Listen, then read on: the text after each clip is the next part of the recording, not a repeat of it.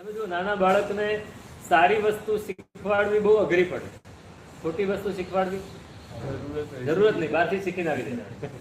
કોઈનું જોઈને તમે સહેજ અપશબ્દ બોલતા હશો તો એ બોલવા જ માંડશે, પણ સારા શબ્દો બોલવા માટે એને આપણે મારવો પડશે, સમજાવવો પડશે, ફોસલાવવો પડશે, ગમે તે રીતે એને સમજાવવું પડશે. આપણી પણ આ જ હાલત. સારું શીખવું એ બહુ અઘરું છે, કારણ કે મૂળ અનાદિકાળથી આ જ સંસ્કાર પડ્યા છે ખોટા.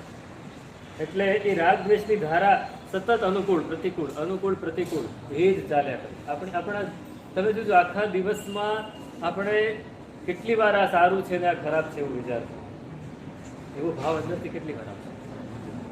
સતત આવે આ અનુકૂળ છે, આ પ્રતિકૂળ છે, આ ગમે છે, આ નથી ગમતું, એટલે એની ધારા એટલી મજબૂત થશે.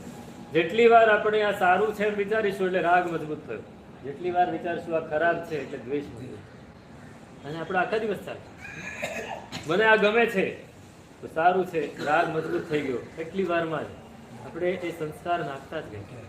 આપણું મન છે ને એ સંસ્કારને પકડતું જ જાય, મન એ સંસ્કારને મજબૂત કરતું જાય. જ્યારે ધર્મની વાત, ક્રિયાની વાત એ બહુ મજબૂત નથી થતી, બહુ મજબૂત નથી થતી. એને આપણે કરવી પડે, અને એમાં પણ પાછું સારું ખરાબ આવી જાય. એટલે એ મૂળ તો રાગ દ્વેષ જ મજબૂત થયા.